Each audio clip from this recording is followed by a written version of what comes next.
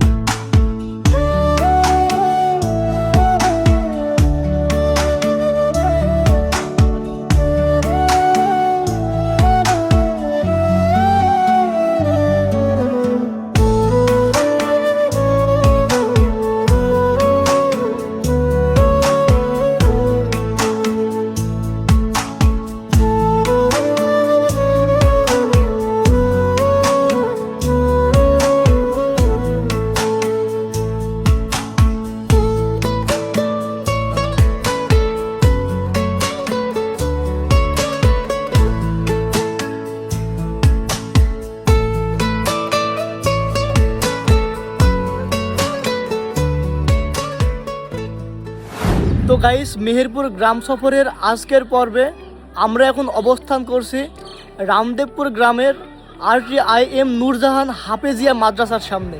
RTIM Nurjahan Hafezia মাদ্রাসা এই প্রতিষ্ঠানটি শুধুমাত্র একটি ভবন নয়, বরং এটি এলাকার ধর্মীয় শিক্ষা ও নৈতিকতা প্রসারের একটি বড় কেন্দ্র।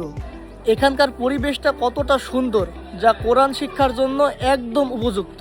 দূর দূরান্ত থেকে অনেক শিক্ষার্থী এখানে হাফেজ হওয়ার স্বপ্ন নিয়ে আসে।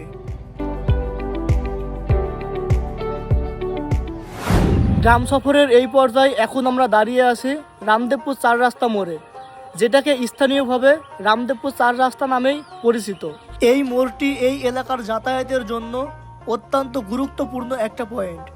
এখান থেকে একটি রাস্তা চলে গেছে তেঁতুলবাড়িয়ার দিকে, আরেকটি রাস্তা গিয়েছে ইসলামপুরের দিকে, এবং আরেকটি রাস্তা চলে গেছে রামদেবপুর, মালিয়াপাড়া এবং মোচ্ছাপুরের দিকে, এবং আরেকটি রাস্তা বাকি অন্যান্য পাড়ার দিকে। সুপ্রিয় দর্শক, আমরা এখন অবস্থান করছি রামদেবপুর খেলার মাঠে। তেঁতুলবাড়িয়া গ্রামটি পার হলেই শুরু হয় এই বিশাল খেলার মাঠ, যেটা পরিচিত রামদেবপুর ফিল্ড নামে। এলাকাটি আমার নিজের গ্রাম না হলেও এই মাঠের জনপ্রিয়তা আমাদের পুরো ইউনিয়ন জুড়ে। বিকেলে এখানে আসলেই বোঝা যায় গ্রাম বাংলার এই রামদেবপুর মাঠের পরিবেশ। ফুটবল হোক কিংবা ক্রিকেট, এই মাঠটি সবসময় খেলোয়াড়দের পদচারণায় মুখর থাকে। সুপ্রিয় দর্শক, আমরা এখন এমন একটা জায়গায় দাঁড়িয়ে আছি যেখানে এসে দাঁড়ালে প্রকৃতির বিলাসিতা অনুভব করা যায়। এই যে আপনারা দেখতে পাচ্ছেন এই বিশাল জলরাশি, যার নাম কালীদহ, এটি রামদেবপুর এবং আমাদের নিজ গ্রাম তেঁতুলবাড়িয়ার ঠিক মাঝখানে অবস্থিত। সুপ্রিয় দর্শক, আমরা এখন অবস্থান করছি RMI সরকারি প্রাথমিক বিদ্যালয়ে। রামদেবপুর, ইসলামপুর এবং মোচ্ছাপুর এই 3টি গ্রামের শিক্ষার প্রাণকেন্দ্র হলো এই RMI সরকারি প্রাথমিক বিদ্যালয়। আপনারা জেনে অবাক হবেন, এই 3টি গ্রামের ভিতরে একটি মাত্র সরকারি প্রাথমিক বিদ্যালয়। তো গাইস, আমরা রামদেবপুর পার হয়ে চলে এসেছি এই সুন্দর মোচ্ছাপুর ব্রিজে।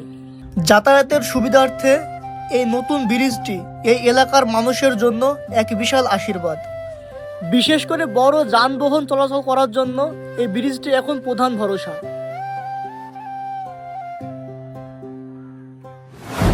রামদেবপুর আর মোচ্ছাপুরের ব্যস্ততা পেরিয়ে আমরা এখন অবস্থান করছি শান্তিশ্যামল গ্রাম, ইসলামপুর গ্রামে।